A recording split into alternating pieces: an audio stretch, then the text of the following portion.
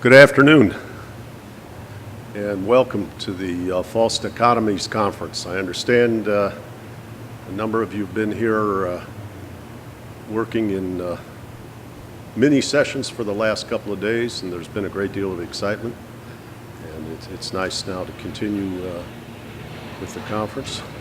I want to start by, first of all, admiring this particular facility. CG makes INET jealous on certain instances, and this is one of them. But as a way of saying, at INET we're very, very fortunate to be in partnership with the Center for International Governance Innovation, and we're very grateful for all of the work that you do in building this conference, other events, supporting annual conference, our grant rounds, and CG and INET. Right from the get-go, I remember Tom Burns came to the very first conference we did in 2010, April, in Cambridge, and it's really nice to see things blossoming. The Young Scholars Initiative began last year at the Desmond Tutu Center in New York, and at that time CG was also our partner, and it was really, it's great to see how much things have grown in a year. In terms of the particular conference, I also wanted to point out from our staff, Dan Nielsen has done a tremendous amount of work, and Perry Merling overseeing things, and the work that Marshall Arbach is doing now that we let him come home to Toronto, and helping build the relationship and strengthen the relationship with CG and INET and with this Young Scholars Initiative is very encouraging from my eyes. So I want to thank you all, and Rohinton, please join me or replace me, I guess, and thank you for all the work that you guys do on behalf of our joint initiative. Thank you, Rob, and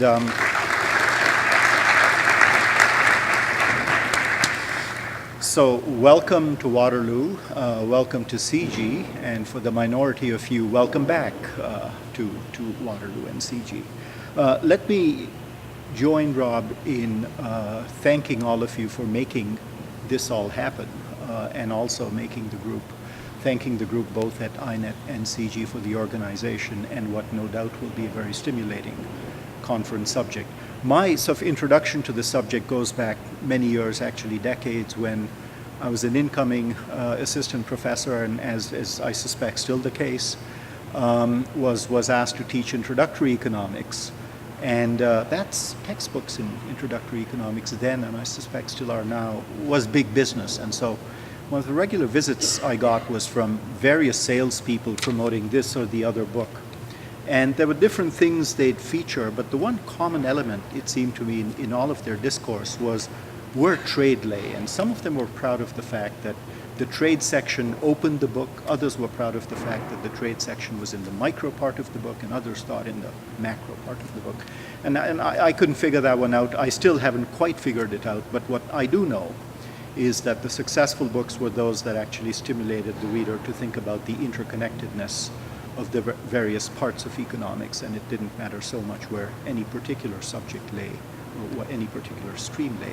Which brings me to the CG-INET partnership. When INET was created some years ago, it was with the express sort of objective of stimulating new ways rigorously of doing integrative thinking. When CG was created 12 years ago, it was a similar kind of motivation. The idea was, what are the gaps in global governance? How can research make a difference? And then how can we move all of that into the public policy space? And so when I think of the kinds of things that we work on today, whether it's financial instability or indeed whether it's climate change or anything else, what really matters is rigor and then integrative thinking. And I think that's broadly what the subject of your discourse the next 2 or 3 days is going to be. I'll follow it with great interest, and thank you again. Welcome, and over to Daniel.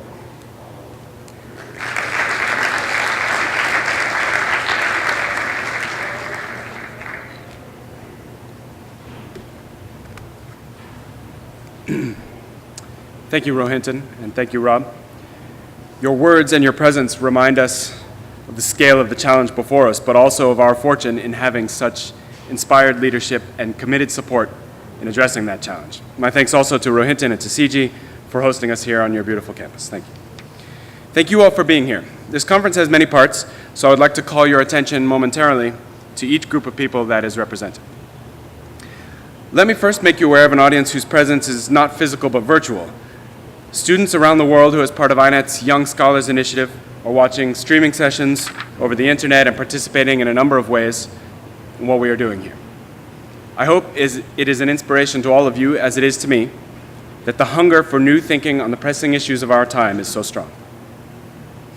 Here in person with us are 40 graduate students, each attending one of two mini schools, one in economic inequality, one in financial instability.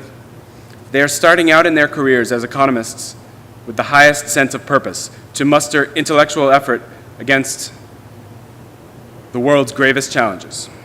In our own way, each of us once stood where they stand now, and it can be a lonely and difficult place to stand. I urge everyone to seek out these students, have a conversation with them, and stay in touch with them after this weekend. While we busily advance our own lines of work, let us also cultivate the next generation of economists, that they may be ready to pick up these lines and advance the work still further. A number of you are here as part of meetings related to INET's Financial Stability Research Program, which it is my responsibility to build. These are to be the first of many face-to-face meetings. Let us take this opportunity to shake hands and look each other in the eye so that when we return home, our collective work can continue without regard to the physical distance between us. Many of you are here to join us in a session of the conference proper. The session topics vary widely, but we have built the theme of false dichotomies to give it some shape, about which more in a moment. Bruce Greenwald and Richard Koo have graciously accepted our invitation to speak over lunch tomorrow in a conversation that I expect will remind all of us of the potential reach and scale of our work. And finally, our keynote speakers, Emma Rothschild and Catarina Pistor. These two scholars I have loosely recruited under the headings inequality and instability, respectively, but more importantly, they are thinkers of the highest caliber and deeply committed to working on the most pressing of issues. I thank them personally for taking the time to be with us. Welcome all. In the rest of my time here, let me say a few words on the theme of the conference, false dichotomies. Economics is full of intellectual dividing lines, micro and macro, domestic and international, developed and developing. These are theoretical tools to permit analysis, but they are not only that.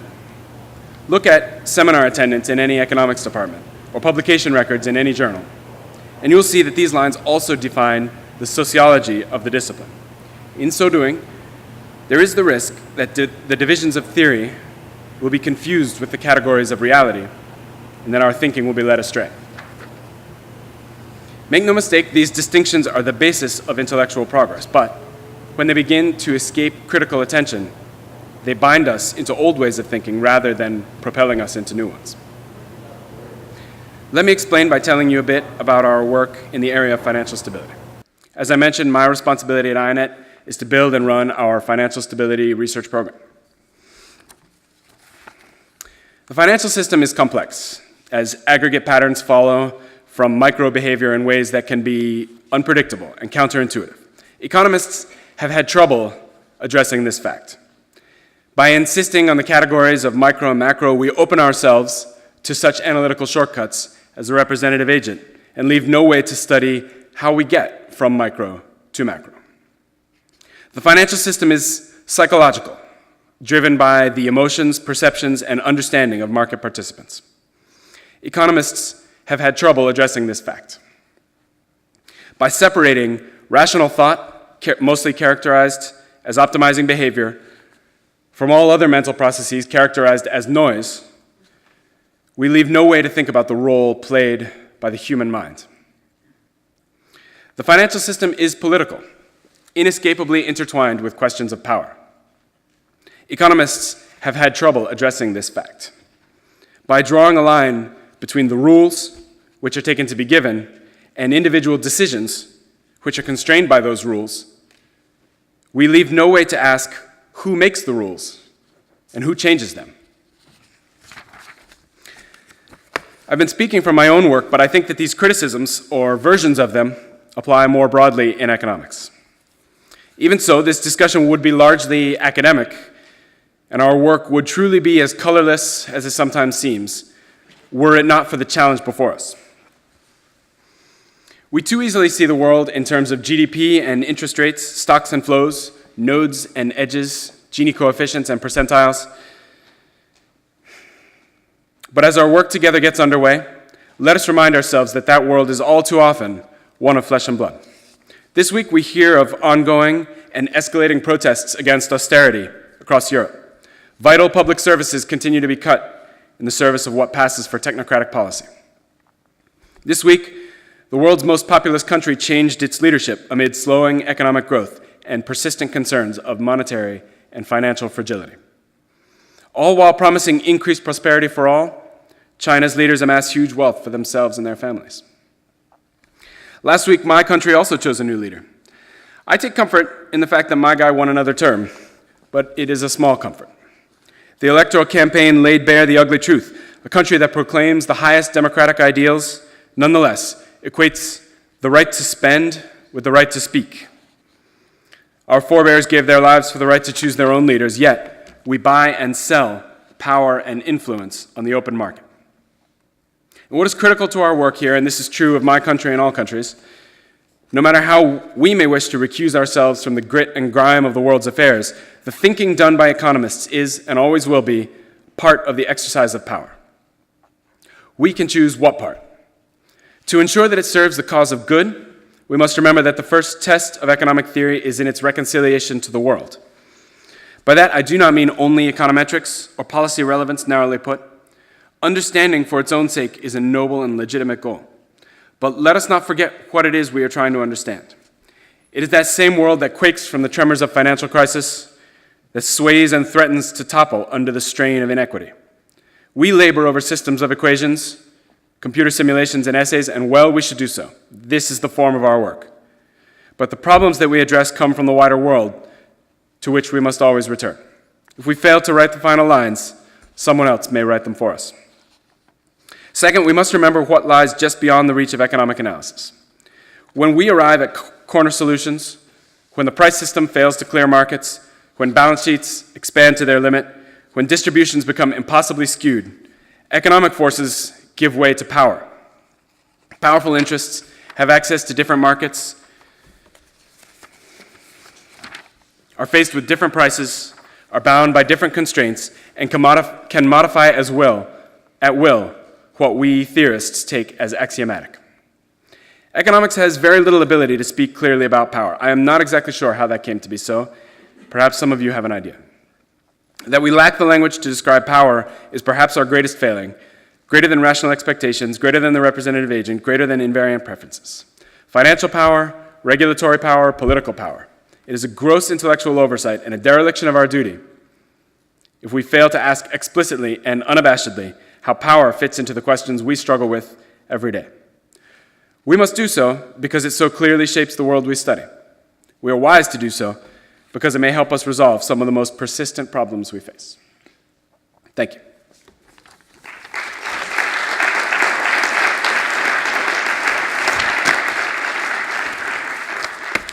With the mood suitably lightened, let me turn it over to the first session. A quick word to the speakers on this. They tell me that on this screen, when you're running out of time, your slides will disappear momentarily and the time that you have remaining will appear. So do not be alarmed, but wrap up your presentation. Thank you all.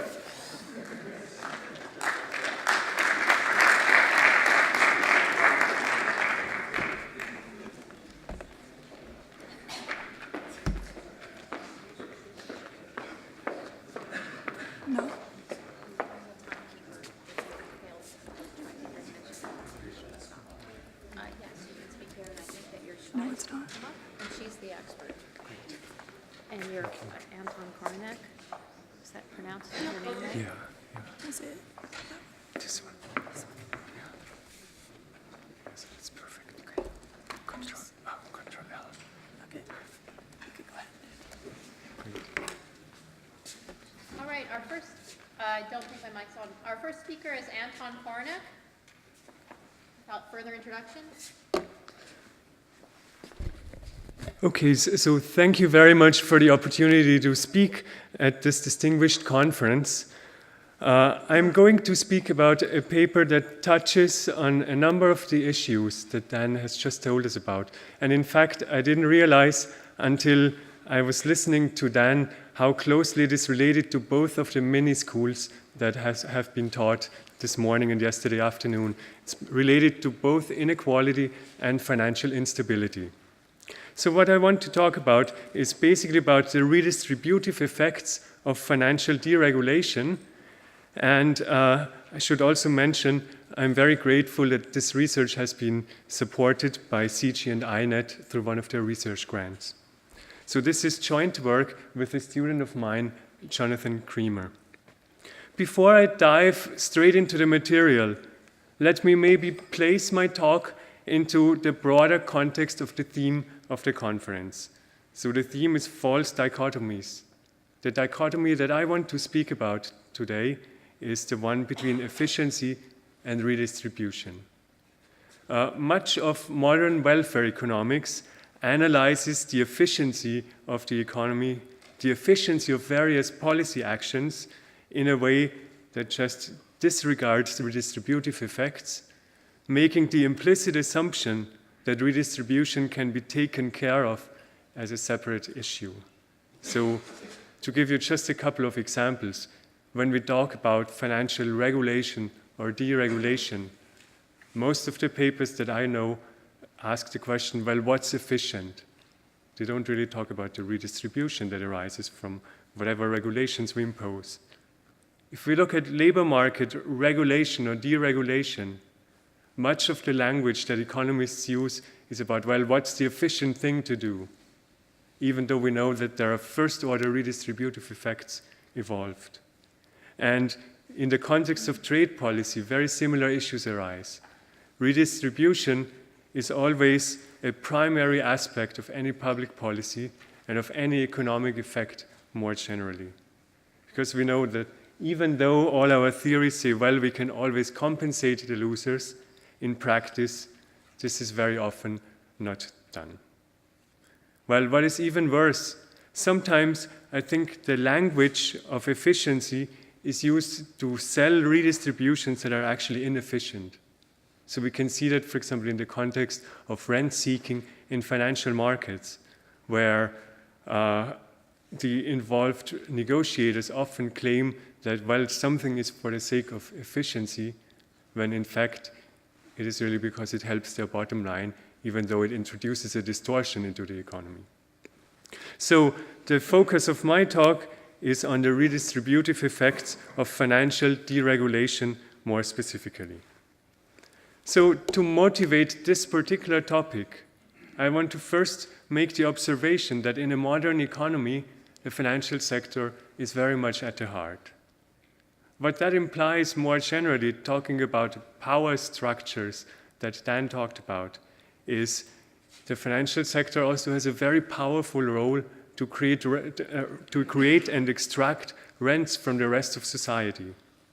So one particular instance of when that becomes really relevant for society is when a financial sector has suffered large losses such that the intermediation capacity of the economy is constrained and the supply of credit to the economy falls. Well, what happens in those instances is something that we have observed in painful detail over the past 4 years in much of the Western economy.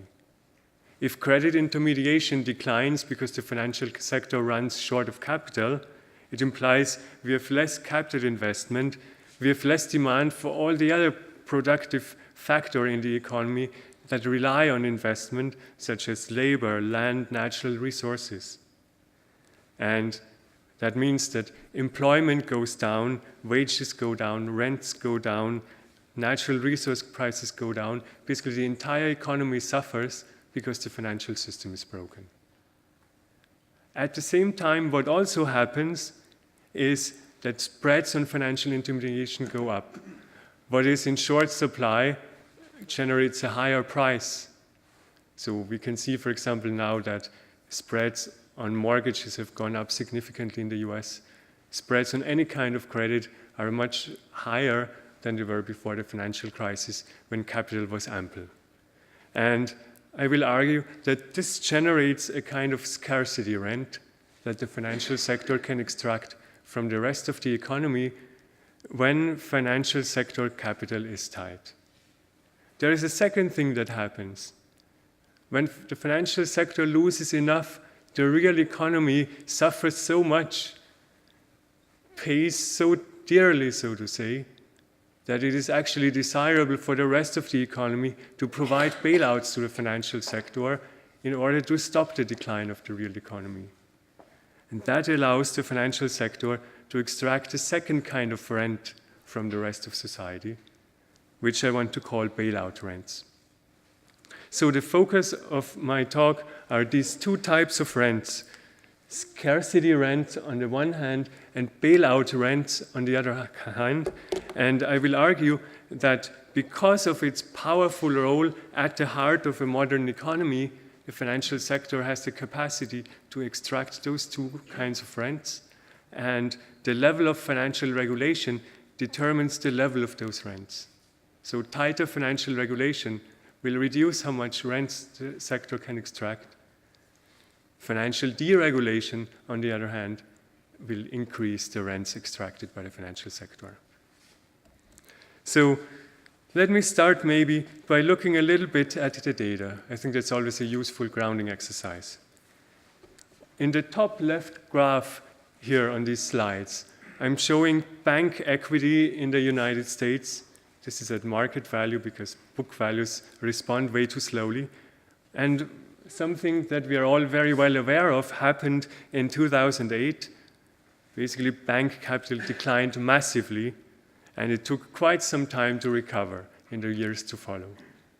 If we look at the second panel at the top right, I show the real wage bill of the US economy.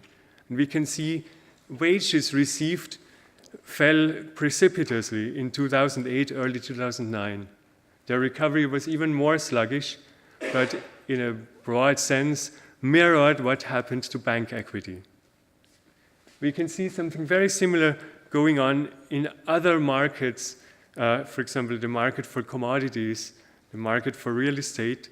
Basically, if financial intermediation capacity is tight because bank equity is tight, everybody else in the economy suffers. And that's reflected in the third graph at the bottom left. And then on the fourth panel at the bottom right, we can see the spread on financial intermediation, the spread on risky borrowing, which basically went up massively. When financial sector capital is tight, the price goes up. So yeah, this is kind of the evidence on which the model that I'm about to present is based. There's one more motivation that I want to bring in. If you speak to the man on the street, basically, and this is, as you can see, a picture from the Occupy Wall Street protests, there is a lot of concerns about these redistributive effects, and they actually receive very little attention in the actual policy debate on regulation. So I also wanted to bring that into my presentation. Okay, so the key question that I will investigate in this paper is I want to develop a formal model to analyze these effects. I want to ask, how do changes in bank capital affect the rest of the economy? And then in turn, how can we motivate different financial policies based on these insights? So in particular, how should we think about financial regulation in light of these redistributive effects of changes in financial sector capital? How should we think about bailouts? And more broadly, what's the redistributive implications of a particular financial policy regime? So the key considerations that I put into my model are, on the one hand, that the financial sector has some special role in the economy that cannot be taken up by other actors. So I will capture that by assuming that it is exclusive in its ability to intermediate capital to the real economy. The second important consideration is that financial markets in the real world are incomplete. And there are two manifestations to that observation. On the one hand, it implies that banks need to have skin in the game in order to have proper incentives, and that's what generates a role for bank capital. That's why it is important that banks are not undercapitalized. And the second important insight, or assumption I should say, is that individuals cannot perfectly share risk, because if we had complete insurance markets, then we wouldn't worry whatever redistributions take place, because we can always insure them away. So those are the three critical assumptions. Then let me tell you about the key results. So first, I will show that changes in bank capital have very asymmetric effects. If we have large losses, we will see something happening as what I show in my data graphs before. Large losses in the financial system lead to an economy-wide contraction. So that means the pain of losses in the financial sector is shared with Main Street. On the other hand, large profits in the financial sector are paid out as dividends because the economy is already close to its potential, so there is no scope for giving additional credit. And that means the benefits of large profits accrue mainly to Wall Street. Now, what does that imply? If we have asymmetric payoffs, then the level of risk we take on in the economy has strong redistributive effects. Risk benefits mainly Wall Street, but hurts Main Street. And that's kind of the main insight about financial regulation. We can also say something about bailouts. Basically, at some level, bailouts are a substitute for incomplete risk markets, and in that sense, they benefit both Wall Street and Main Street. In other words, if the sky is collapsing, everybody is better off exposed from saving Wall Street. But at the same time, they shift rents to Wall Street. Wall Street receives a transfer, so that clearly benefits Wall Street at the expense of Main Street. And then finally, institution-specific bailouts also distort risk-taking incentives ex ante. And then higher risk-taking leads to those same effects that we already discussed under point number 2. Higher risk always benefits Wall Street more than it benefits Main Street. So those are all the distortions that arise from financial deregulation and from having bailouts. Now, let me jump over this. How much time do I have left? I think we have 5 minutes. 5 minutes. Morning then? We've got 5 minutes left, thank you. So I want to tell you about, basically, I won't have time to discuss the details of the model, but I set up a model in which there are bankers and workers. We can interpret them as Wall Street and Main Street. And the main role of Wall Street is to allocate capital to the economy, and the main role of Main Street is to provide labor and to own firms in the economy. For simplicity, they have linear utility, there's a homogeneous good, 3 time periods, and so on and so forth. Then what happens is, in period 0, bankers are born with capital and need to decide how much risk to take on.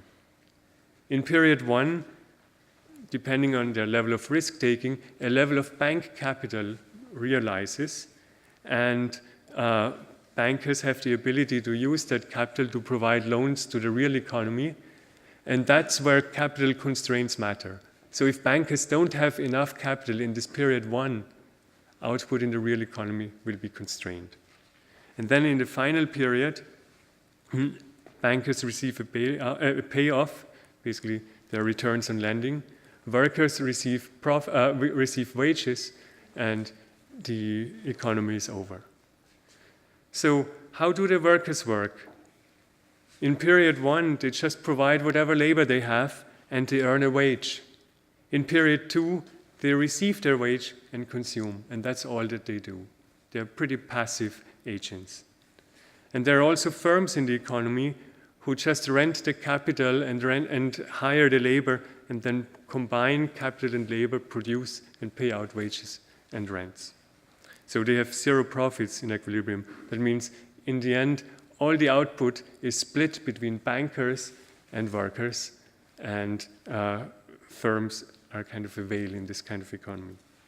So in the first best allocation in such an economy, That's what we study in Micro 101.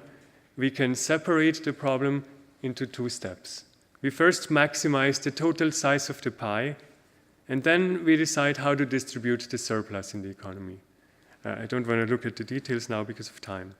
But in reality, in what I call the decentralized equilibrium, if we introduce those market imperfections that we had before, then we have actually different considerations.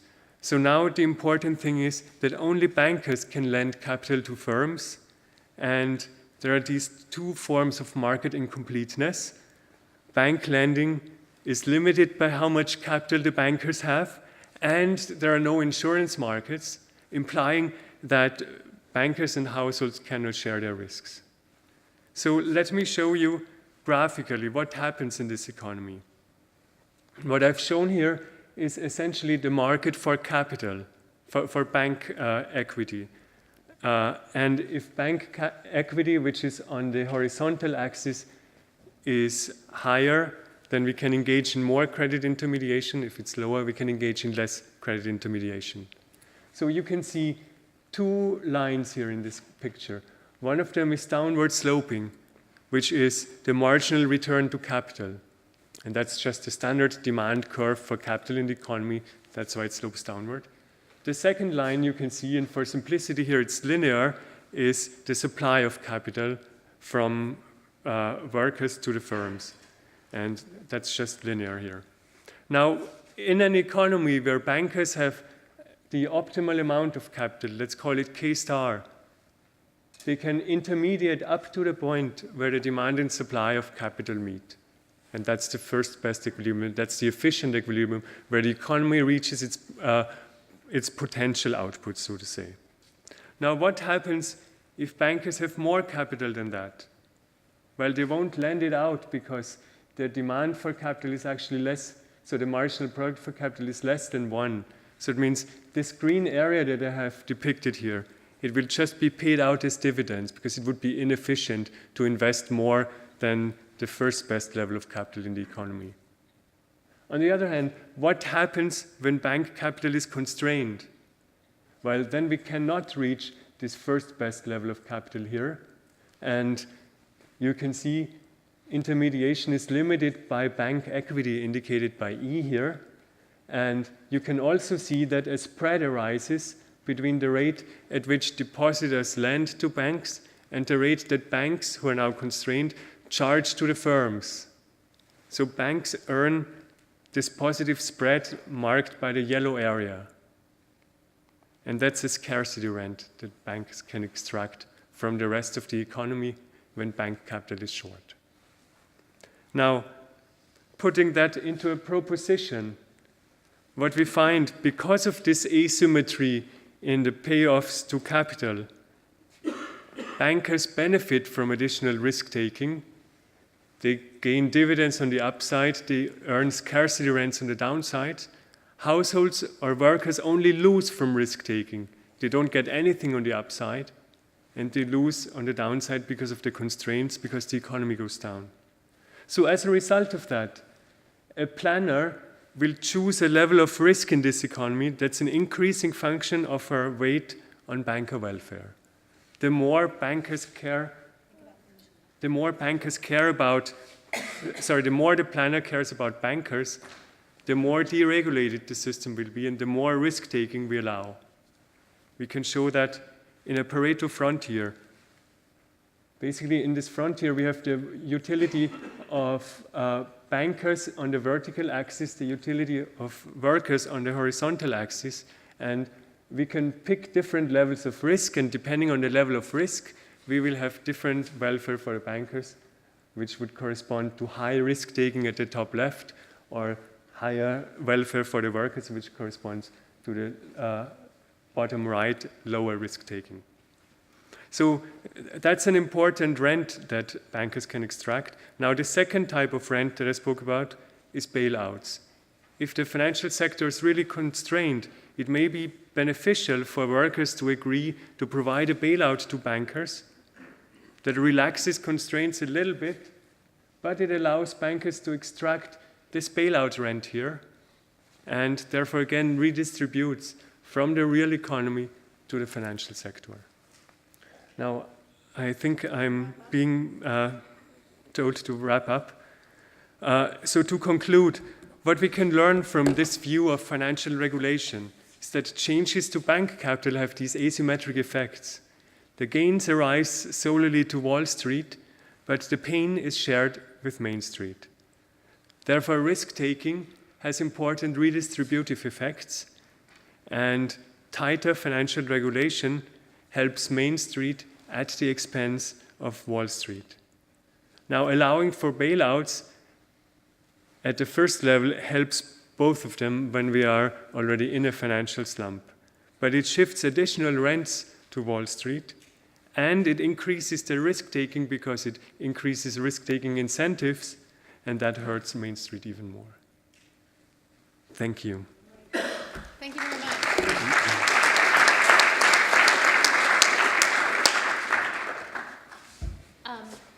Yes, go ahead. Yes. Ladies, was I going to talk? So we're aiming for 15 minutes? Can you put that Yeah. up after 10 then? Yeah. Thanks. And if you don't want to make it full screen. So with my apologies for my Midwestern accent, we'll now introduce Anton Mandel to give the next talk. No, that was perfect accent. Thanks a lot for having me here. I hope I'll be up to it, but otherwise, thanks for taking the risk. And in general, let's say, I think I'd like to thank personal INET for taking risks that make my professional life funnier, because promoting, let's say, risky research and interesting things. Okay, and what I'm going to talk about is some of the work that has been funded by INET, which is joint work with Mauro Gallegati, Herb Gintis, and Simone Landini, and in a research project that we entitled Analytical Aspects of Real Financial Linkages in System of Heterogeneous Interacting Agents. Okay, part of the research program there is to merge insights of recent work by Herb Gintis on the dynamics of price in let's say, in the real side of the economy, together with the Delegati and Al, the inside of the Delegati and Al series of models about, let's say, credit networks and financial fragility. I'm confident that we will come up with let's say, issues results that are relevant for governance eventually. But let's say along the way we found a false dichotomy, so that's what I'm going to emphasize here. And it's more of a methodological nature, but I think it is still of some interest for the people here. So, and basically the false dichotomy I'm going to emphasize is the one that that people might oppose equilibrium and agent-based model. And what I would claim and try to illustrate is that, in fact, well, it's not like equilibrium model are simply, let's say, a corner case or particular case of agent-based model. In fact, you can reconcile, let's say, agent-based modeling with parts of the existing theories by seeing them as, let's say, a part of a broader thing that we are trying to develop. And to illustrate that, I'll give you a little bit some insight of how the kind of work we have been developing and how we have came into existing theoretical equation, and how using, let's say, more agent-based and, let's say, possibly a broader perspective, we found possibly some new answers. So I assume part of the research project of, let's say, having agent-based model, both of the real and the financial sector, means that you might want to have something, let's say, of the real side, which has a production structure which might be, let's say, comparable to one of a real business cycle model. So where you have many different sectors, each producing using intermediary inputs coming from other different sectors. So in a nutshell, if you want to embed this kind of production structure in a model in, let's say, the Italian tradition, maybe, Well, you basically need the following ingredients. You need, in the standard, in general, in this model, you have a upstream and a downstream sector. So what you want to do is to have, let's say, more sector, an arbitrary number of sector, which have, let's say, this intermediary production linkages. So you're producing basically using input from the different other sectors. So you want heterogeneous firms in those different sectors. You want heterogeneous households, and you want heterogeneous banks. Then you are in an agent-based model where you want a network that links all those agents. So networks linking firms because firms are buying inputs from each other, linking firms and households because firms are paying labor from households, linking firms and banks, because banks can borrow money from households, and so a globally interconnected picture, right? So, and the other, let's say, another important dimension in this series of model is the presence that you have, let's say, a real presence of money and, let's say, financial variables of great importance, in particular what is called the net worth of firms and the net worth of banks, which is basically, if you want, the amount of money they are able to self-mobilize, right? And also, basically, we want to look at the model in this tradition with many sectors. So basically something that would go along the following lines. Your financial situation determines your production level. Okay, so you have all those firms that have certain net worth, and on the basis of this net worth, they are determining their production level. Okay, this is something that comes from originally work by Greenwald and Stiglitz, right? And so if you have this decision made in a setting where you need inputs from every other sectors, then basically what would go on is that firms are buying from each other inputs under a credit policy, so with a commercial credit contract. Okay, they also need labor that they're going to hire, but then they have to pay cash. Okay, so you pay cash the labor, possibly with a loan from the bank. You pay your, you want, so in the model, then you're going to pay the workers or the household, which are going to spend their income on consumption, okay, and to pay cash also. And given the various linkages between inputs purchase and sales of goods for consumption, so on, well, there is a certain number of trades that have been acted, and then you got to clear this periodically. Okay, you can implement some clearing algorithm, and then you find eventually yourself with certain profits for the firms and certain profits for the banks. And this, okay, is a period of such an economy. Okay, so that would be the sketch of the kind of model we want to put in place. Okay, but now if you want to organize all that, okay, in particular the trade of various input between firms and decision, for example, about the input mix, well, you probably need prices, right, to a little bit organize that, right? So what about prices in this setting? So to look about prices, let's say, in the real side, let's first say that, well, the first idea is that you want to have something that you can, the things fixed on the financial side. So in particular, assume that, okay, there's no monetary creation in your model. That could be, let's say, a useful benchmark case. So in this setting, then, the wages you're going to pay to consumers are going to come back to the production sectors or consumptions. And let's say, if still for sake of simplicity, you assume that, let's say, the interest rate is zero in the aggregate. In the aggregate, so basically, the credit that the firms are going to come to get from banks, they're going to give it back to banks. So at the aggregate level, the production sector must break even. But in nominal terms, if there is no monetary creation. But this means what? That you are in a setting with different sectors.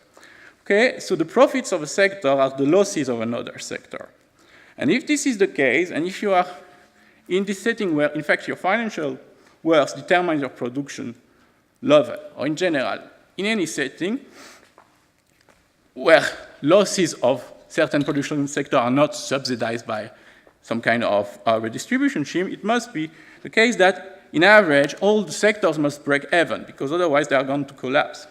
So what this suggests is that, well, if you want something sustainable without monetary creation. So as a benchmark case, this is not something, a model of the real economy, which has been creating, let's say, money consistently. But let's say this benchmark case that you want to identify in your agent-based model seems to tell you that in this setting, the only sustainable state would be equilibrium.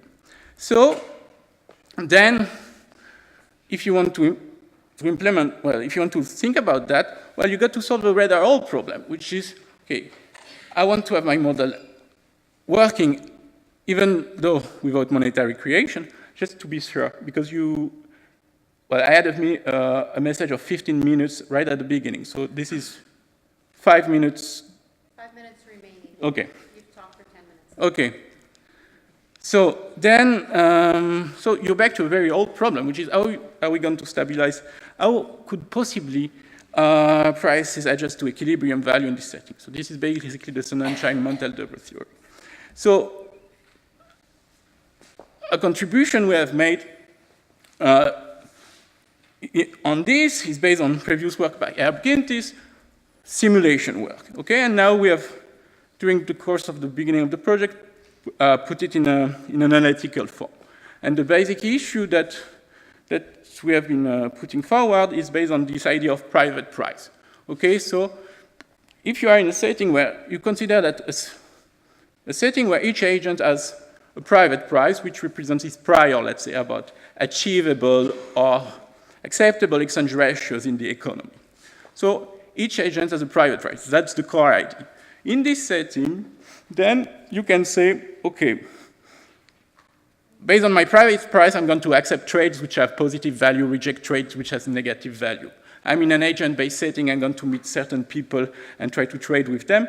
At the end of the day, there would be an allocation of goods, let's say, in a simple setting, which depends on the distribution of private prices. This is basically a game where those agents use private prices as strategies.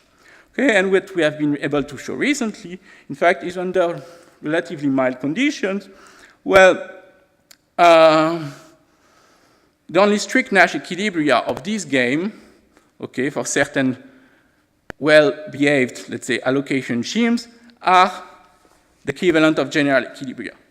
Okay, so strict Nash equilibria are more or less equivalent to general equilibria in a certain sense. Okay, so why is this relevant for our purpose? Is that strict Nash equilibria have very strong stability properties in multi-population game.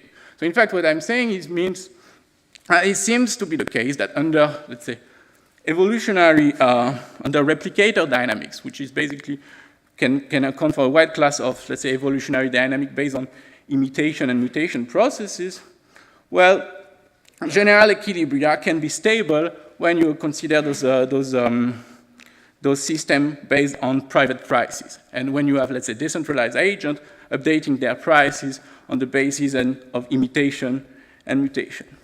So this means that then you can go back from, let's say, this more theoretical work to implementation in agent-based models, and you can, let's say, implement pricing behavior, let's say, a much more detailed price behavior in this kind of, let's say, financial fragility model, okay, and consider, for example, that all those agents have private prices, and this is quite handy to define the behavior of this agent, for example, firm determining their input mix by, let's say, cost minimization, household determining their spending according to those private prices also, okay, and then you plug in, you add those kind of imitation and mutation mechanism, and, okay, in this setting, basically you can, okay, even in complex model with, let's say, financial instability initially, you can, let's say, provide, in a setting where there's no monetary creation, again, you can replicate results which look similar to the one that Gintis had in, let's say, a simpler setting, which is that if you start initially like on the upper left, okay, with a distribution of prices that is with a lot of variance, then you see in the middle panel that the variance is decreasing over time, and that you can more or less establish an equilibrium, okay, this setting. So basically, the idea that I try to put forward about the, let's say, going back to this idea of false dichotomy, okay? So first, what we have done is partly to have, let's say, a broader view, possibly on a little bit, thanks to having well, while developing agent-based model, you need to think a little bit from a broader perspective and take into account, let's say, the dynamics even out of equilibrium. So you're looking at equilibrium from, let's say, upper view, kind of. And then, so basically, then it seems that we can characterize, let's say, equilibria as some kind of natural state in a setting where there is no monetary creation.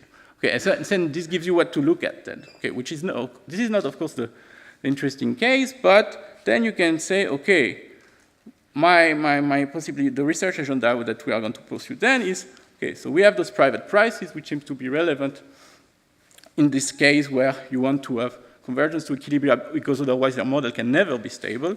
And then basically it's the case that this pushes you towards, let's say, integrating further real and financial models, because what this says is that money creation is the possibility for disequilibrium on the real side from a very broad and aggregate perspective. But, well, this is let's now the research line that we'll be pursuing. Thanks. Thank you.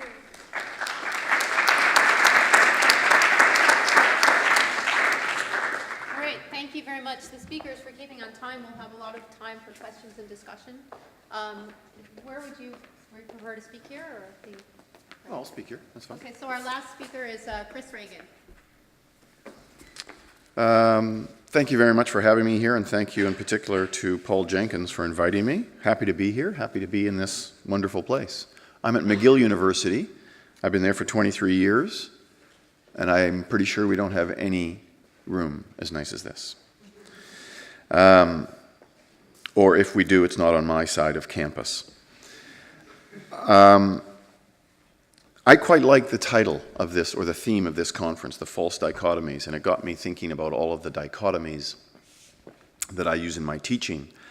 And as was said in the introductory comments, dichotomies are very useful teaching devices, and sometimes the dichotomies are actually true. But even when they're not true, sometimes they're very useful organizing devices, but sometimes they get to be a little misleading. So I think about how much I enjoy teaching economics, mostly macroeconomics, and how much I enjoy talking about the classical dichotomy. And that sometimes breaks down to a dichotomy between short-run non-neutrality of money and long-run neutrality of money. I think a very useful dichotomy. Dichotomy between purely floating exchange rates with no foreign exchange market intervention and fully pegged exchange rates with oodles of foreign exchange market intervention. Dichotomies between fiscal policy and monetary policy. All of those dichotomies, in reality, get a little bit fuzzy, but they're all very, very useful.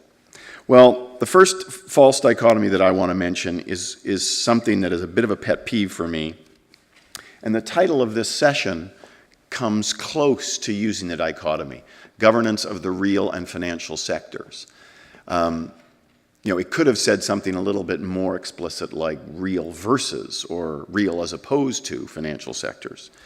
And that's a pet peeve of mine, so I'm not accusing the organizers of the conference of being guilty of this one. But one of my pet peeves is the habit by some economists to talk about the financial sector as if it is somehow separate from the real economy. We had politicians and policymakers in this country before the 2008 crisis talking about how events in the financial sector were likely or with some probability would remain in the financial sector. There may not be an effect on the real economy. I've been teaching a course called Economic Crises at McGill for the last 3 years, which has been an eye-opener for me and I think for the students. And the idea of a separation between the financial sector and the real sector, I think at this point for my students would be laughable. It is very difficult to read any history of financial crises and think about a separation between financial and real economies. I like to think of the financial sector, or credit in particular, like electricity. And as Anton said in his talk, the financial sector is a very important, or credit in particular, is a very important input to the production process. Nobody would ever think about talking about electricity as separate from the real economy, or oil separate from the real economy, or labor separate from the real economy. But somehow we've gotten into the habit of thinking about the financial sector and its products as being somehow separate from the real economy. And I encourage us not to do that. But that's not what I want to talk about today. I want to talk about a different false dichotomy, and I hope I'm not guilty of creating a bit of a straw man. I want to talk about the dichotomy that you sometimes hear between monetary policy and financial stability policy. The idea that central banks may not have a great deal to do with the provision of financial stability. I don't want to claim that this is a widespread dichotomy, but there are people that talk about how central banks should not necessarily be connected that much with financial stability. That's what I want to talk about. The standard current view, in my assessment, of the division of duties between monetary policy and financial stability policy goes something like this. Central banks are in charge of monetary policy, and their focus is on the control of inflation, keeping inflation low and stable.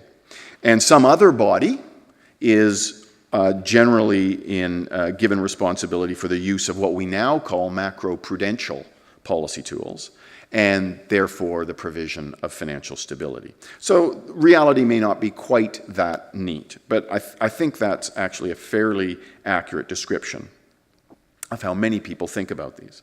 Now, this distinction does have analytical value. It helps you to emphasize the fact that standard monetary policy tools and macroprudential tools are quite different tools, and that different institutions may well have different specialties in terms of their expertise. And it's important that we recognize that. But it's also a very curious way to organize your thoughts, especially when you think a little bit about the history of central banks. 50 years of post-World War II relative financial stability. If you think about what life looked like in your favorite developed country between 1950 and 2000, and what central banking looked like in your favorite developed country between 1950 and 2000, you'll find that we had relative financial stability in that period, and there was, as a result, growing emphasis on the control of inflation by central banks. So much to the point that by the early 1990s, with New Zealand as number one and Canada as number two, many central banks adopted inflation targeting as their explicit policy regime, where they had a clear focus and mandate to control inflation. I don't want to claim that central bankers, even in Canada, were inflation nutters, in the words of Mervyn King. I don't think most of them were, but they had a very clear focus on inflation. But we should not forget the fact that central banks were initially created, or most central banks were initially created many years ago, not because of reasons or concerns about inflation, but because of concerns about financial instability. The U.S. Federal Reserve, for example, its predecessors, the first and the second Bank of the United States, were created precisely to deal with crashes and recessions, financial crashes and recessions that were preceded by periods of speculative euphoria, in the words of John Kenneth Galbraith. The 1907 financial panic, which was resolved through the convening power of J.P. Morgan, the man, and the financial purse of the U.S. Treasury, basically led to, or was a large motivation for the creation of the Federal Reserve in 1913. So in the U.S., we see these institutions created largely because of financial instability. The same is true in the Bank of Canada. Bank of Canada was created in 1935 in the depths of the Great Depression. The Bank of Canada Act said, and I want to read this to you because it's just a wonderful quote, It is desirable to establish a central bank in Canada to regulate credit and currency in the best interests of the economic life of the nation, to control and protect the external value of the national monetary unit, and to mitigate by its influence fluctuations in the general level of production, trade, prices, and employment, so far as may be possible within the scope of monetary action, and generally to promote the economic and financial welfare of the Dominion. Now, that's a very nice statement. You'd be hard-pressed to look at that statement and say they were driven by a concern to keep inflation low. Now, of course, 1935 was a very different time than 1975 and 2005. Curiously as well, for Bank of Canada from 1935 to 1955, for 20 years, it did approximately no monetary policy of the kind that we would describe as monetary policy today. Part of that was because for many of those years there was a fixed exchange rate, so that fixed exchange rate was its monetary policy. But it was also the fact that at that time there was a clear belief on the part of policymakers that a better tool for inflation control and a better tool for demand management was fiscal policy, was active fiscal policy as a way to manage demand and contain inflationary pressures. So it is interesting to me how times have changed. Maybe we have progressed, maybe we have regressed, but for sure our views about what monetary policy ought to be aimed at and the division of duties between monetary and fiscal policy have changed quite significantly. So by 2007, at the beginning of the most recent crisis, central banks had almost a total focus on inflation control. Financial stability was very much to the side, very much outside the main focus. But of course, the last few years have shown us a great deal of financial instability, which of course brings us to the question, what should central banks be doing? Well, in addressing the question about what central banks should be doing in terms of the provision of financial stability, I'll draw a little bit on some work that I've done on this. Paul Jenkins and Gordon Thiessen have written a paper for C.D. Howe on this issue. I've written one, and John Crow has written a couple in the last year or 18 months. I start with the recognition that most central banks still have a single policy instrument. I think of that instrument as the balance sheet. You can think of it as interest rates, you can think about it as money supply, but fundamentally you've got a balance sheet, which really means you've got an instrument for the central bank. And that suggests, and I think Tinbergen's Nobel Prize is still valid, that it suggests that with one instrument a central bank can really focus on one policy objective. So if we, broadly, not just the central bank, want to achieve financial stability as well as inflation control, it suggests that we need more instruments. And those instruments are macroprudential policy instruments. That's, of course, the term that we use these days. So here we're talking about capital levels in banks, possibly liquidity levels, probably terms on mortgages, possibly terms on mortgage insurance, maybe even back to capital ratios, maybe thinking about cyclical or pro-cyclical capital ratios to actually remove some of the pro-cyclicality that naturally enters into financial markets. But the question then is, who is going to use the macroprudential tools? Who is going to be assigned the responsibility and the authority? Who's going to be accountable in their use? And I see this as two broad choices. Choice number one is the central bank takes authority, a responsibility, if you like, for two things. They maintain responsibility for the control of inflation, and you add to that a responsibility for achieving financial stability. Well, that's only going to work if central banks are then given the use of the macroprudential tools. So you have now the central bank not just changing their policy interest rate, but the central bank also changing terms and conditions on mortgages or capital ratios for banks, etc. This introduces a bunch of issues. Number one, what are the trade-offs between the various policy tools? Not just the various macroprudential tools, but what are the trade-offs between those tools and the standard monetary policy tools? Sometimes the goals of the objectives of monetary policy and financial stability will be aligned. Sometimes they will be unaligned. Disaligned? Malaligned? Unaligned. One of those words. So understanding the trade-offs between the macro policy tools and the monetary policy tools is important. There's a question about accountability. If a central bank is charged with achieving both inflation control and financial stability, and there is some competition between those goals, how does the central bank, how are they held accountable for that? And of course, the credibility issue. Right now, a very important part of monetary policy we have learned over 20 years, 20 plus years of inflation targeting is the maintenance of credibility. People come to believe the inflation target because the central bank has shown itself prepared to take the actions necessary to achieve the inflation target. And a very real question then is what happens to the central bank's credibility on its inflation target if it's also at the same time trying to achieve financial stability, possibly at cross purposes. That's choice number one. There's a bunch of difficulties in that. Choice number two, it seems to me, is the central bank maintains authority, responsibility for inflation control, and some extra body, some other body that is not the central bank, is given authority to achieve and maintain financial stability. Well, what that seems to imply, in my view, is that you therefore need a forum for discussion about financial stability. The central bank has expertise that no other organization has. There are other organizations, like securities regulators, possibly in Canada, the CMHC has expertise, presumably, on the housing market.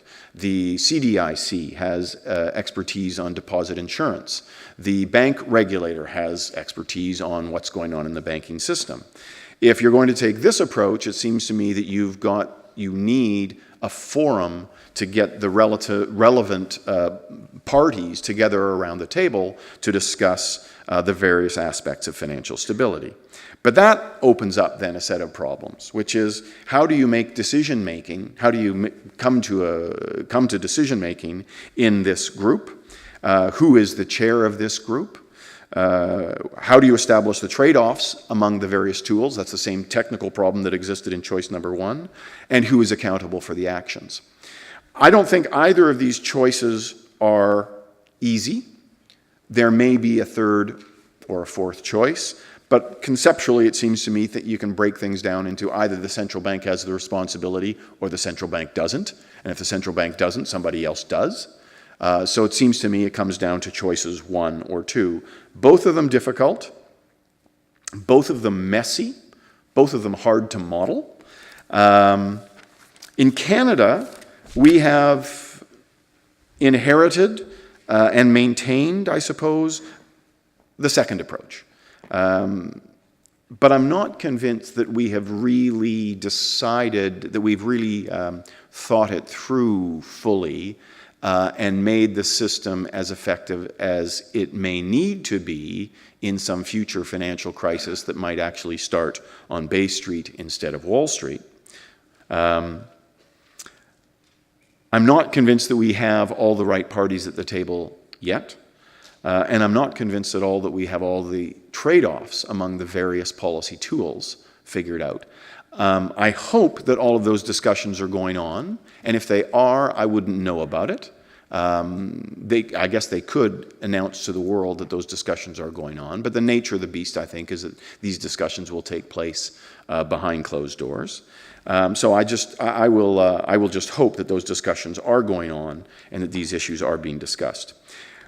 Which I want to close then with a final false dichotomy.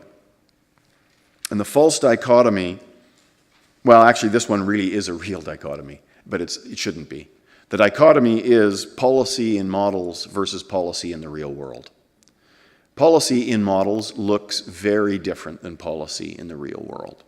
I had the pleasure and the honor, the good fortune of spending 2.5 years in Ottawa on 2 different stints. For 1 year, I was the special advisor to the Governor of the Bank of Canada, where I learned a great deal about how monetary policy takes place in the real world.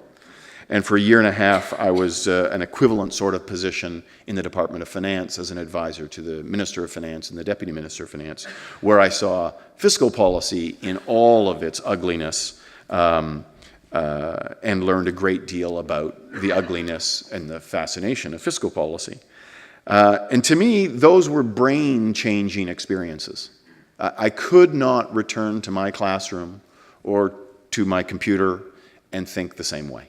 It was just not possible. To me, there is a large disconnect between the way policy-minded economists think about policy and the way policymakers think about policy. And I'm not saying that either one is wrong. Both have their valuable insights.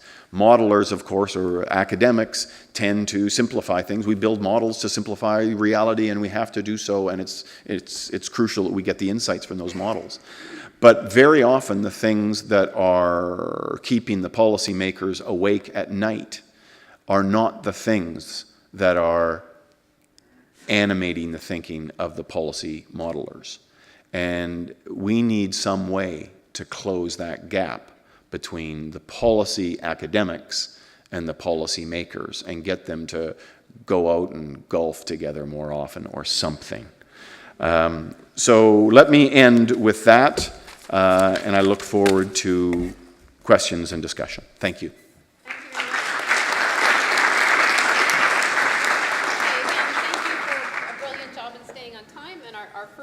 Respondent is Hommes, who I believe has some slides.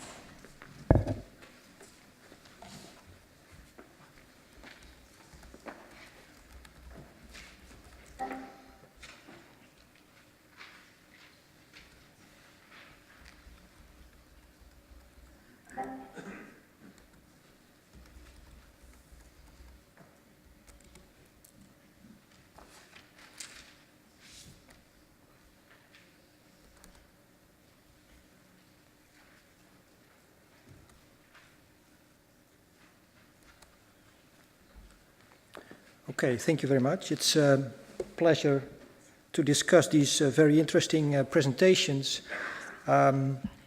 Since I did not have the papers or the presentations, what I'm going to do is give some general remarks that fit with these presentations and with the theme of this conference and this session. So I'd like to say something in general about how to model financial instability and how to do that with a behavioral model with non-rational agents. So that brings me to another false dichotomy, which is the dichotomy between very simple, abstract analytical models versus larger agent-based models. And actually there's also, I think, a resolution of this dichotomy, which are kind of stylized small agent-based models with a few heterogeneous types that can resolve this dichotomy. I want to say in general something about the role of expectations in generating financial instability. And of course, any dynamic model you write down, expectations are really the key element, because if you change your expectation assumption, you have a completely dynamic model. So you have to be very careful with the expectations. And what you can do then is actually you can validate behavioral decision rules, behavioral forecasting rules through laboratory experiments. So you build a small financial system or macro system and then study the individual behavior and the aggregate behavior that comes out of it. So let me just, out of our own research, give you a little example how that works. So here you see a computer screen of such an experiment.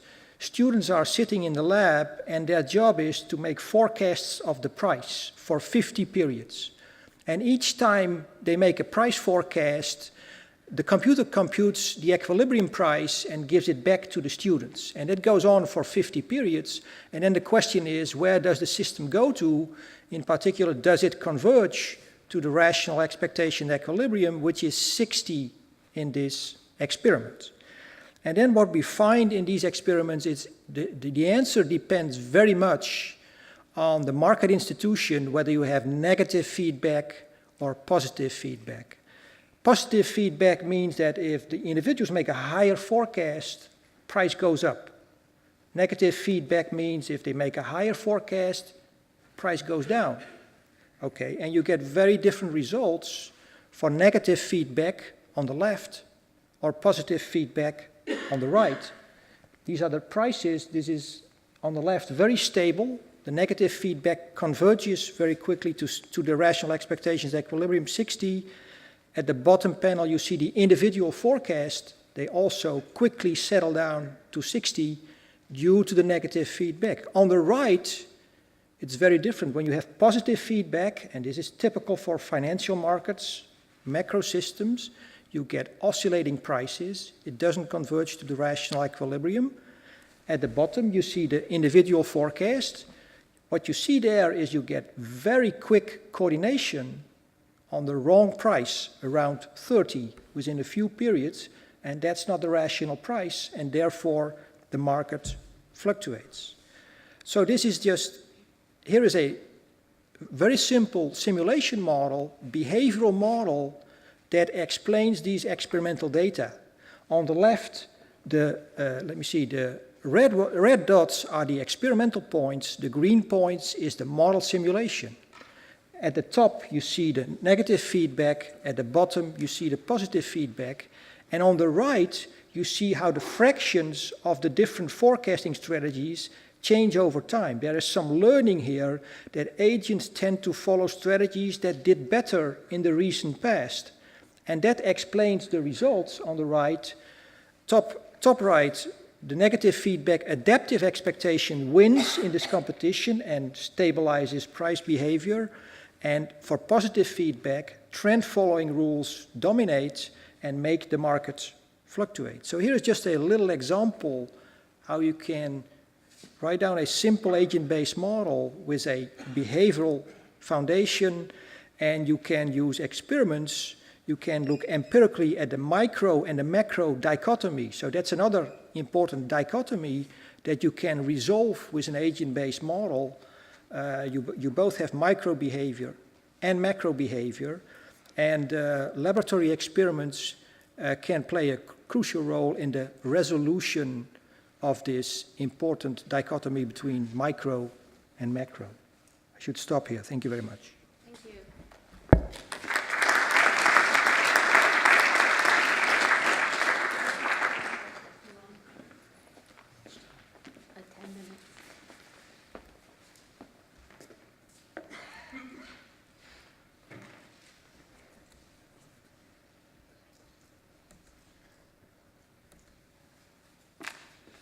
All right, thank you very much. I have a few comments designed to hopefully wrap up and tie some of these threads together. So what we've seen are basically not necessarily too many technical details of models, but 3 examples of different approaches to economic analysis. A traditional analytical approach, an agent-based or computational approach, and then a flavor of the real world, and especially with that very nice emphasis at the last point about the difference between real-world policy and the policy that appears in models and the challenges that creates. And then happily, the discussant also gave a nice example of how experimental approaches can be brought in. So there's basically 4 different methods. And I wanted to frame some of these methods in a way that what was my title again? False dichotomies, deductive versus inductive economic analysis. So what we would call the traditional or the more late 20th century approach to economics is that we start with the traditional, trying to implement traditional scientific method within economics by having a mathematically expressed behavioral model, and from that deriving some hypotheses via deductive mathematics or logic, and that can be through analytical or experimental approaches. Again, that's the deductive side. That tends in economics to be quite separated from the inductive side, where we go to the real world, not necessarily using qualitative analysis as much as other social science fields, but mostly using econometric methods to deduce patterns in real-world data and see if those match quite often the very abstract and stylized predictions of our deductive models. I am trained as a very, very traditional economist, but I am now a computational economist, so I admit I'm a bit of an evangelist for that method. Why do we need to move beyond such models? I'm preaching to the converted audience here, but there are many examples in the work that we've seen in macroeconomics that carries over to other kinds of economics. Heterogeneity in firm sizes, differential risk, differential knowledge and beliefs, often combined with interdependencies, examples such as credit networks, production chains, vertical and horizontal linkages, imitation effects, and then combined again with learning and adaptation. When we put these very interesting things into our models, which we generally do because we have a compelling research question that we cannot model without them, we lose analytical intractability almost all of the time, which is why economists have turned to computational methods. So what are the ways in which you can use computational modeling to investigate intractable analytical problems? We build rules for actors and how they interact based on our best understanding of how the system works, informed by many methods. That is the beginning of a deductive step. We generate simulated output data through computational models for many, many runs, maybe doing sensitivity and scenario analysis to span the range of possible outcomes.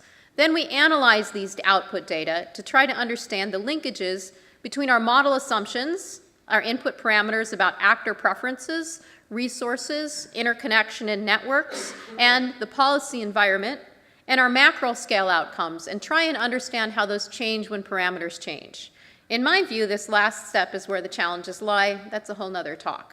So this process, while not very well formally articulated by Axelrod, has been titled the third way of science, in the sense that it could be inductive, deductive, both, or neither.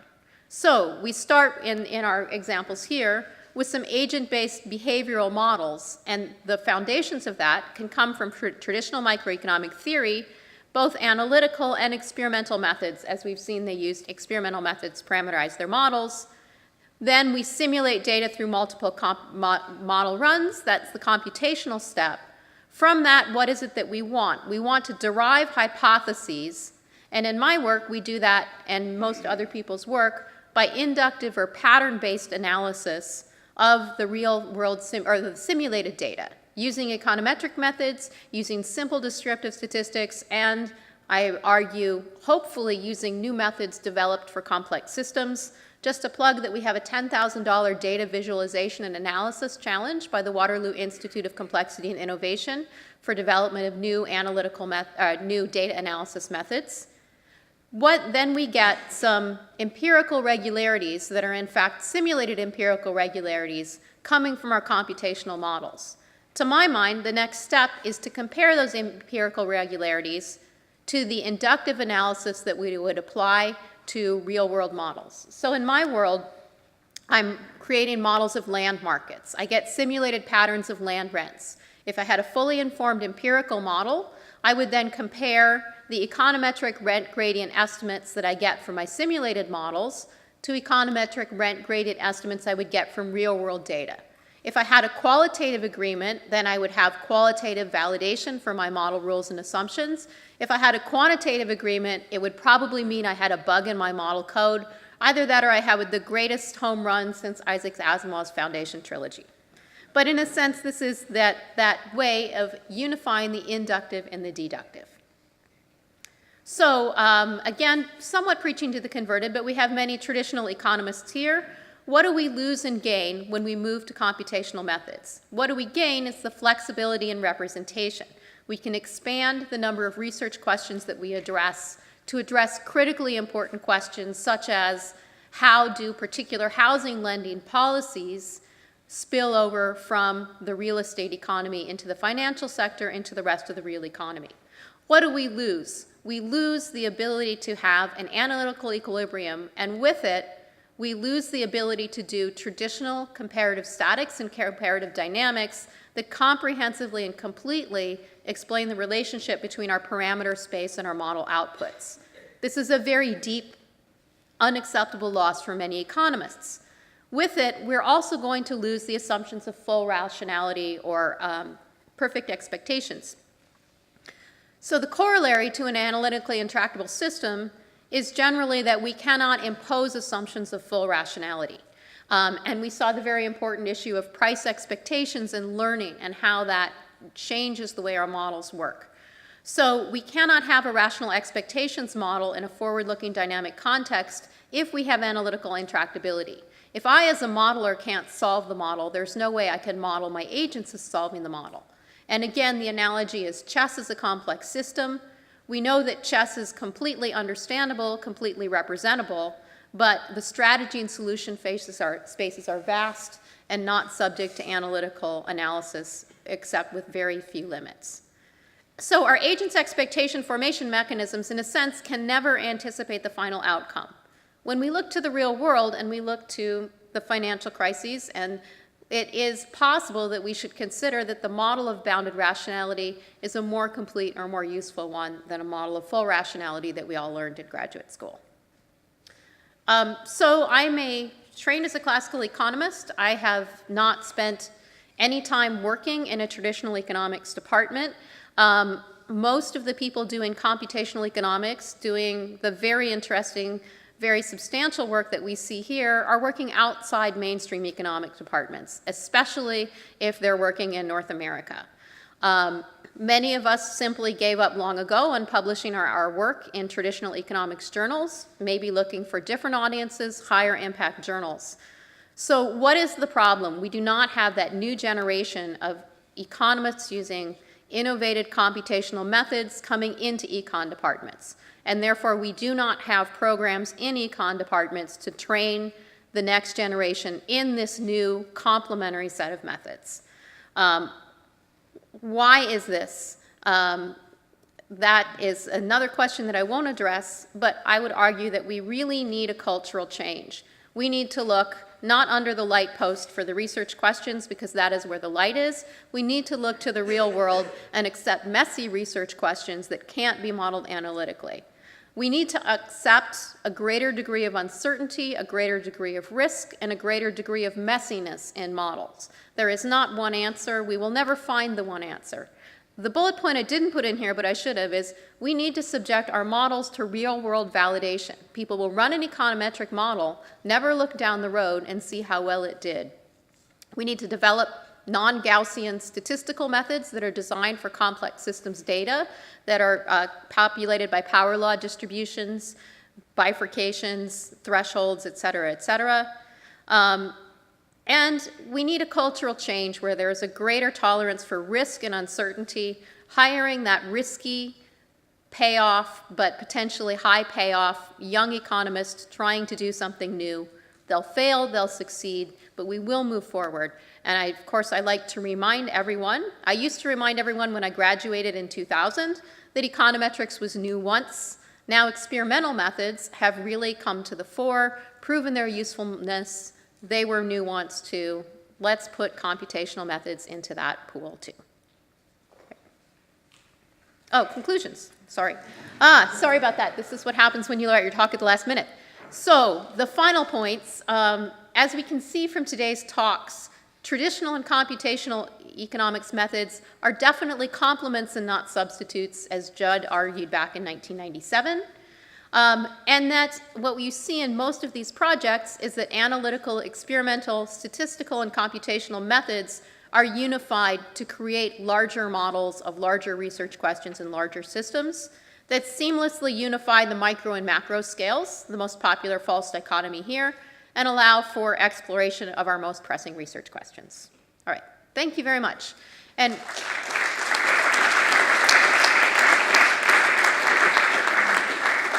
we will now take questions from the audience, and we invite audience members. There's a series of microphones lined up along each side. So if you don't mind, if you're able to stand up and go to a microphone, and if not, I'm assuming we have some mobile microphones somewhere. Okay. So I'll moderate, take questions for any of our panelists, basically. And I think, can I sit again?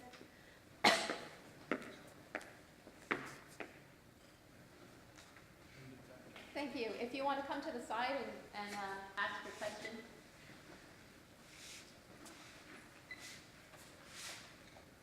Okay, hi. Can you hear, or is this functioning? We can hear you, I think. Okay, great. One question I wanted to raise for the first speaker, and I think the third speaker spoke about this as well, and that is that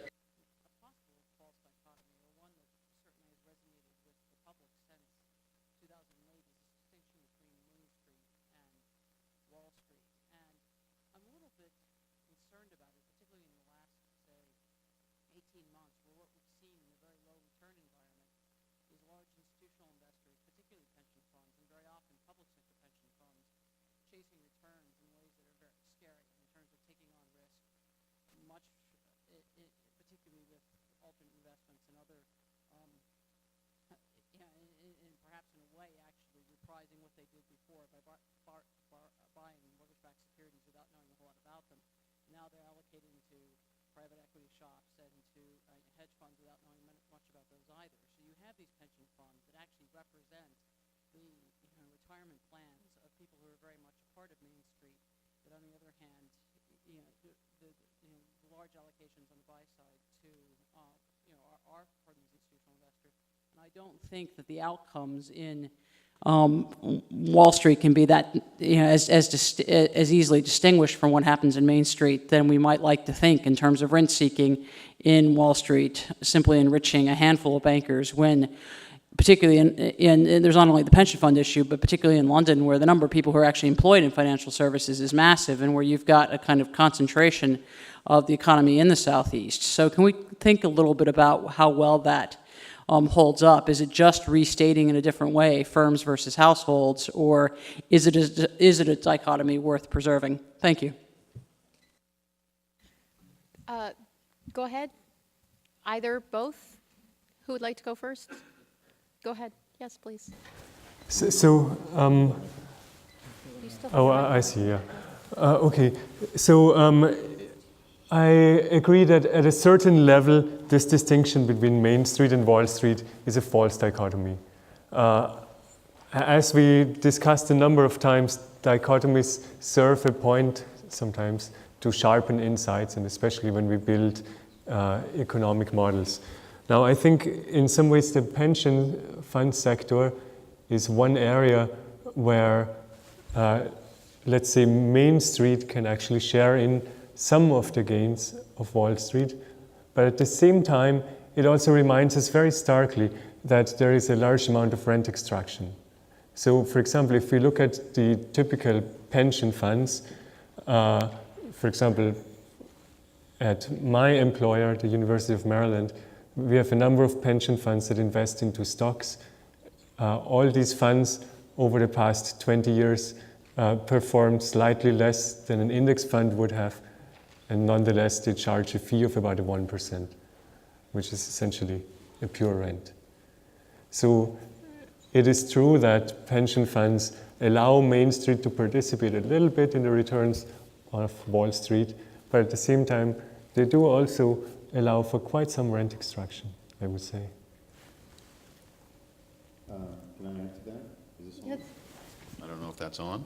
I think the distinction between Main Street and Wall Street is precisely the same distinction, false or otherwise, between financial sector and the real economy. Your real economy in a model would be called Main Street, and your financial sector would be called Wall Street.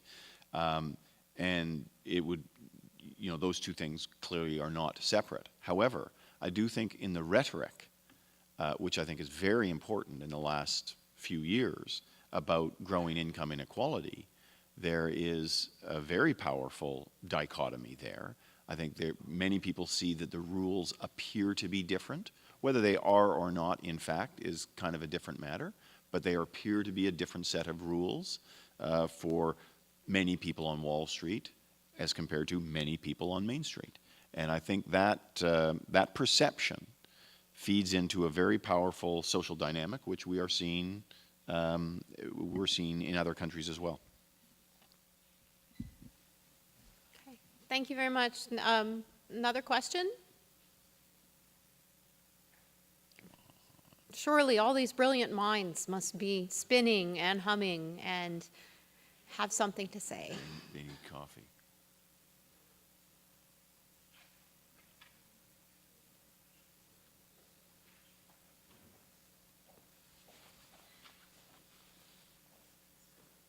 Thank you very much. I really Well, thank you very much. I really appreciate this session, and I would like to.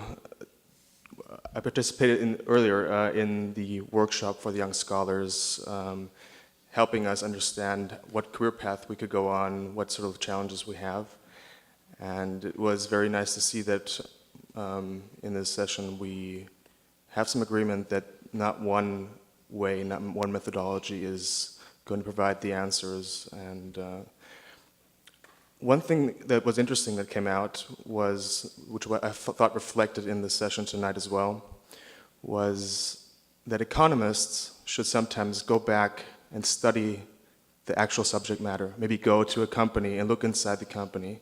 Maybe go into the unions and see how unions and operate in the context. We saw this, the dichotomy between our models and the application of them is so grave in a way that it's startling for a young economist aspiring to be one, that we essentially have to detach ourselves completely from the world we are in to be the world we're trying to explain. And it's something that doesn't feel right, but it's something we've learned to suppress. And I think if we look to other disciplines, maybe that's another false dichotomy. If the discipline that we're trying to replicate, physics, for example, the hard discipline where we actually can make very valid statements. This was also mentioned in the workshop, by the way, that there is room for observing phenomena and then deducting models to adapt to these phenomena. And we don't have that in economics very much. It's very much dominated by one methodology and very few ways of looking at the economy. So my question is, now with the financial crisis, is there now a chance? Is your perspective now? Is there an opportunity for us young economists to go down this road, to maybe open up sort of intellectual capital of all these, also the languages that we're all speaking different languages. Each economist is speaking a different language, and we're all not moving in the same, we're not able to communicate amongst each other often. Is there a way to communicate with each other that we sort of, amongst the discipline, is there a way to communicate to the fringes of policy, of psychology? I think maybe that's a dichotomy as well of language, and I was wondering if maybe you could comment on that.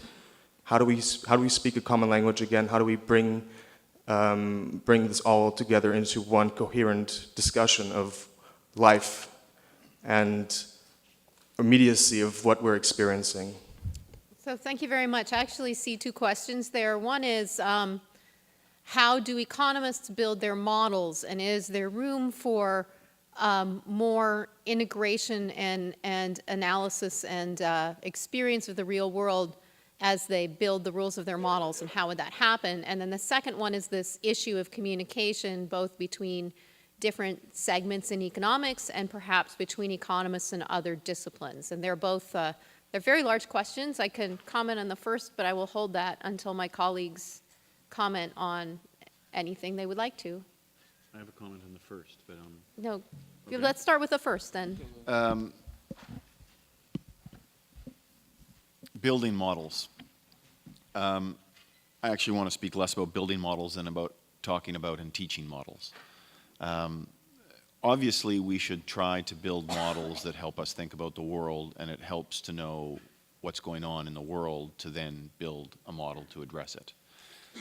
But you often can't take that very far because the world is very complex and our brains just can't do it. Our computers might be able to, but our brains typically can't.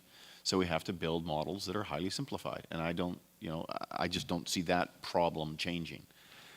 What I am much more concerned about is that in class, so if there's a lot of young scholars here, let me give you whatever benefits I can give you from 23 years of teaching, that here's a great way to produce bad students, okay?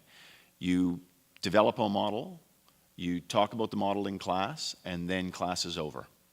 That's a great way to build bad students. If you want to build great students, you talk about the model in class, and then you save some time toward the end of the class to say, well, this was the model, here's the insight that comes from the model, and here's the logic that generates that insight. But now what we have to do is go to the real world. And now let me take you on a messy path from the nice, neat model to the messy world. And the best economists, the reasons the best economists are the best economists is that they know how to take that jump from a nice, neat model to a very messy world. And they know which parts of their model, the insights that come from the model work in the world and which parts don't, and where you'd have to soften the assumptions, and how to still get some useful insights. The intellectual discipline that comes from the model still being useful in the messy world. But we don't do that enough in the classroom. So take the extra half hour as your last 30 minutes in the class to say, we've done the model, now let's actually step outside the model and tell you how to think about this in the messiness of the world, which forces you to talk a little bit about the messiness of the world. So that's what I think we need to do more of. I don't know how to communicate better to chemists or physicists or psychologists. I've got a brother who's a particle physicist. We don't have a problem communicating. But if we as economists make sure that we actually address some of the things that are going on in the world, and everybody actually talks a little bit about the world, we will be able to talk better to each other. Others? Yes. So maybe I can just follow up by interdisciplinary meetings. This is, I think, an example of a meeting where there are also interdisciplinary scientists here, and there are a lot of those examples in recent years. If you go to the conferences on computation in economics and finance, you will find a lot of non-economist physicists there, but there are many more of those meetings. There is in Europe this workshop on heterogeneous interacting agent systems started by Mauro Gallegati and others. You have physicists, economists, biologists, and so on. Another example, in the Netherlands, our Dutch Science Foundation has a complexity program. It's running now for 3 years, and they have postdocs and PhD students from all fields, mathematics, computer science, economics, psychology, and they come together regularly. They have workshops. And I think there are a lot of these kind of initiatives. I'm sure the Waterloo Complex Systems Group has similar experience. So there are a lot of opportunities, I think.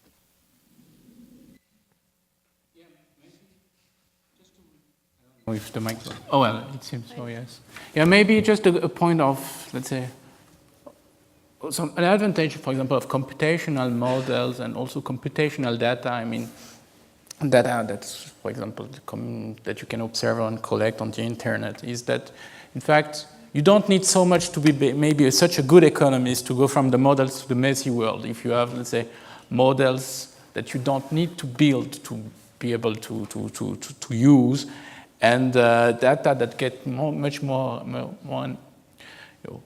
automatically structured in a way by the internet, search engines, this kind of stuff, or Google Trends, for example. So maybe technologies and computer technology in particular are kind of, let's say, a little bit closing this gap between, let's say, the layman and the very good economist. So maybe this might contribute, let's say, to having people more involved in this decision that might appear utterly complex now, but which maybe there's a chance that, with technologies such as, let's say, agent-based modeling and, let's say, ICT-based methodology can possibly help curing this a little bit. Just a very quick reaction. So I agree with the speakers before me that integrating our knowledge and communicating our knowledge is one of the most important tasks and is probably a little bit underappreciated in the profession, for example, because of the way our recognition system works. We get recognized for writing one very specific article, not necessarily for integrating it more broadly. But one thing that you said struck me, which was, you said sometimes you see a model and it doesn't feel quite right. I think that's a very important point to stop. And you either have something very important to learn or a very important insight to provide to the rest of the world.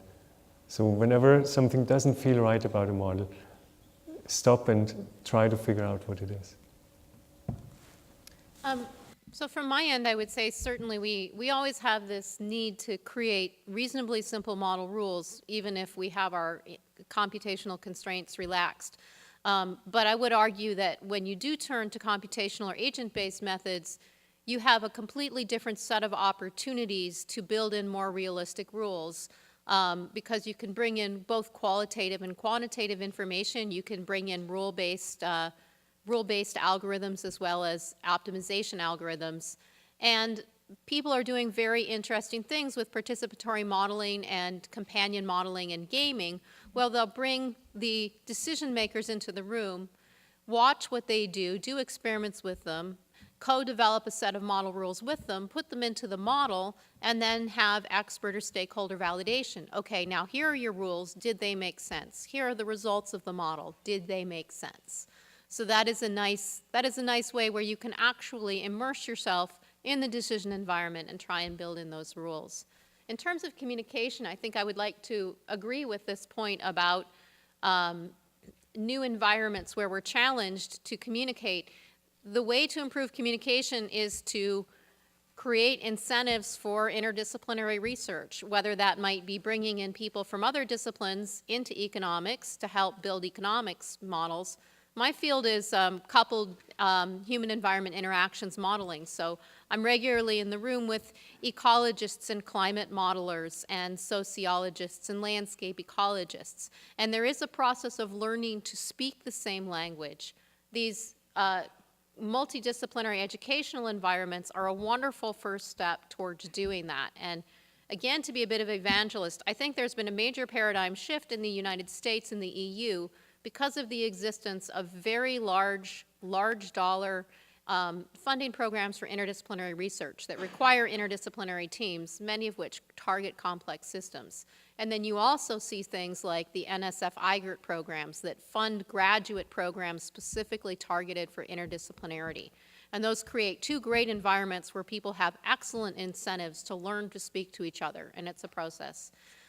Obviously, being new to Canada, Canada has a very different funding system, and I would love to see that changed in Canada and see Canada emulate some of those things. Programs like INET are fantastic because they hopefully create environments where the financial rewards are there for risk-taking. And again, I think in the US, when those large interdisciplinary funding programs came out, traditional universities looked up and they said, why, we want to get $2 million, what do we have to do? And they changed their institutional structures. You can say all kinds of things when you have tenure, can't you?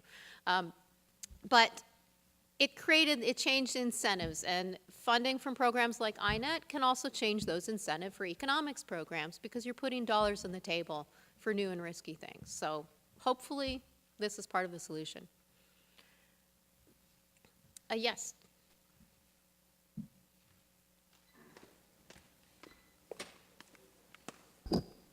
Yeah, good evening. I want to pick up on a point that Christopher Ragan made, and I would like to ask what the panel thinks of maybe institutionalizing the idea behind having maybe another set of sort of methodology to I think, improve economics. I think one was analytical, statistical, computational, and other methods. But what about increasing, for example, the education of economics in terms of providing practical, real-world experiences to economists? So, for example, when I was teaching labor economics, I could have taken my student to the local unemployment agency and speak to the agency workers or unemployed workers what it means to have asymmetric information.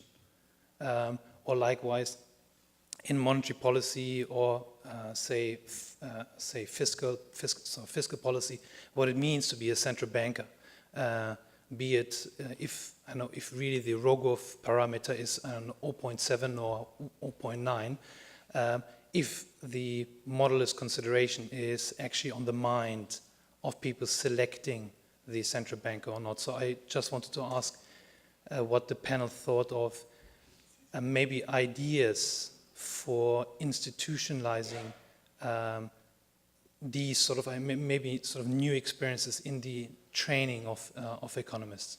Thank you.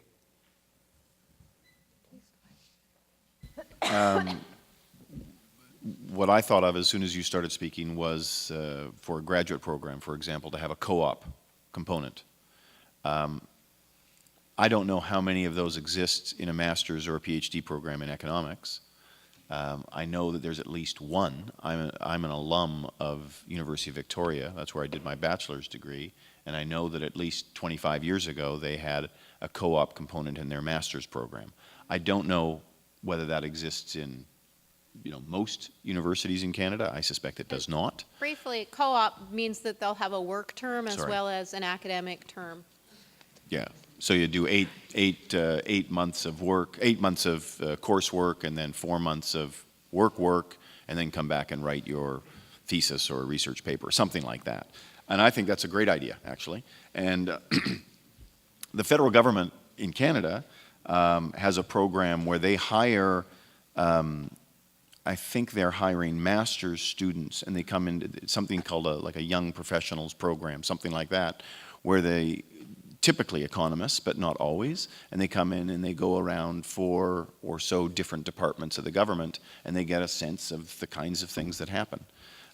You could have that kind of thing built into a graduate program. I think it would be very effective. I don't know whether it would be popular among students. I'm inclined to think that it would be. Earning the money is always really popular among students. Again, bias, Waterloo has co-op program. Yeah. Do any of the other panelists have any comments on that question also? Okay, we definitely have time for one last question at least, if anyone has something that they would like to. Oh, thanks. Since there's been all this discussion of effective translation from theory to policy and empirical work, I thought I'd like to get from the panelists examples of people who did that and how they did it. And the one I have in mind, of course, is Paul Samuelson, who did revolutionary interdisciplinary work in economics, who was a very successful investor, who went to Washington to make policy during World War II, completely tried to change the government's view because he was absolutely certain the Great Depression was coming back after the war, and never intervened in policy again for the rest of his life. Okay, excellent question. I'll leave that to my macroeconomist colleagues. Well, a Dutch name is Jan Tinbergen, and of course he was director of the Central Policy Bureau in the Netherlands, and very good applied economist and econometrician. So I think that's an example. I won't give you a specific name, but I think the United States actually produces a lot. And I think the reason the United States produces, let me not provide a reason. Why do I believe this is true? When an administration changes in the United States, at the federal level, whole rafts of people move out of their offices and they move back someplace. They move back to universities, they move to think tanks, they move to wherever they move, and they get replaced by a whole bunch of people that have come from universities and think tanks. And I think the result of, we do not have that happening in Canada. But the result of that, I think, in the United States is that you have a lot of people that have academic experience, and they have, let me call it Washington experience, and then they move back. And sometimes they move back a few times. In Canada, we have approximately 0 of that. And Is this an argument that U.S. economic policy is made much better? No, although that would be an interesting discussion over drinks. But the statement I would make is that I think there are more people in the United States as a share of the deflated appropriately, okay? There are more people that actually span the space between academic thinking and policy thinking. And my sense is that their academic work and their policy work are both better as a result. In Canada, we have a dichotomy. You know, the example of success I have in mind, no, I don't know if they are success for everybody, but I mean, it's mostly physicists going into finance, so, and you know, possibly making a reasonable amount of money out of some insight they are developed. To which extent this is a success for someone else than them, given what we heard about, you know, red extraction in the financial sector, that's another story. But in economics, personally, it's hard to think, at least from my perspective, about a success story. I have a hard time finding one. I have another example of success story, maybe the other way around, which is industrial ecology, which ties to a little bit to this idea of complex systems and this kind of you know, having self-organization in industry. So there is this place which is called Kalundborg in Denmark, where, let's say, most of the inputs to certain factories are waste of other factories, and this evolves, let's say, more or less in a self-organizing manner into a very efficient industrial complex. And the problem is, so this is a success story there, and this could be made a success story elsewhere, but most of the tentatives to reproduce that have failed. So that's an example, at least, to be looked at again and again, and maybe one day somebody comes with a better idea of how to reproduce this kind of stuff. No, I think it's an excellent question, and in fact, it's actually partly even a statement. So I have the luxury of living in the Washington, D.C. area, and I know quite a number of macroeconomists working at policy institutions there, like at the IMF, at the Fed board, who actually do create and provide useful data predictions. On the other hand, if I think of who in academia, like in my generation, for example, is considered the leading macroeconomists, I have to admit that there's actually very little of what you described. I think to some extent it's partly because of the incentive structure, it's partly because of a little bit of a bubble in that field. And yeah, that's why I think it's an excellent question. Okay, thank you very much. Any last questions? We have the luxury of going a little over time, I think. Well, I hope we have, would like to give a final thanks to our speakers, and then perhaps we have set the standard for timeliness for the rest of the conference. Again, thank you so much. Thank you also for some very good questions.